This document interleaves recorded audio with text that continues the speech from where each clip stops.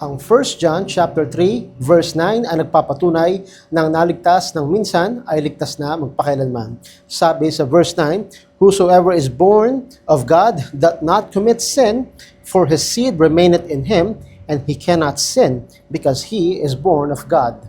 Maraming nalilito sa bersikulong ito dahil sinasabi nila na yung mga totoong sumampalataya kay Kristo hindi na nagpapatuloy sa kasalanan, hindi na namumuhay sa kasalanan, o hindi na sinasadya at nagpapatuloy pa sa kasalanan dahil pag bumalik daw sa Greek, ang sinasabi doon ay yun ang ibig sabihin, hindi na nagpapatuloy.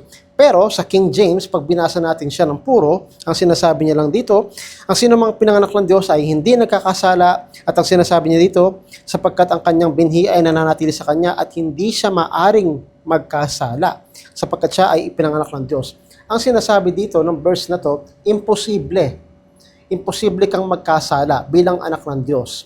Taka lang, parang medyo hindi ito ang sinasabi ng Biblia dahil nakikita natin na si Abraham nagkakasala, kahit si Moises, si David, si Samson, si Haring Solomon, si Pedro, kahit si Apostol Pablo, inamin nila yan, may mga nagagawa siyang kasalanan, bagamat ayaw niya, nagagawa niya. Bakit sinasabi dito na imposible, na hindi na siya, na yung mga pinanganak ng Diyos ay hindi maaaring magkasala? Pwede hindi naman pinag-uusapan dito ang ating katawan. Obviously, itong katawan na to, ipinanganak ng tao. May kamatayan po itong katawan na to. Pinanganak to ng ating magulang. Pero ang pinanganak sa Espiritu ng Diyos, yung pinanganak ng Diyos sa Espiritu, iyon ang hindi na maaaring magkasala, ang ating Espiritu. Iyon ang bagong nilalang na nalikha ng Diyos sa atin na hindi na maaring magkakasala pa. Itong katawan ay magkakasala, pero ang aking espiritu ay napatawad na magpakailanman at hindi na siya maaring magkasala. Iyon ang pinanganak ng Panginoon.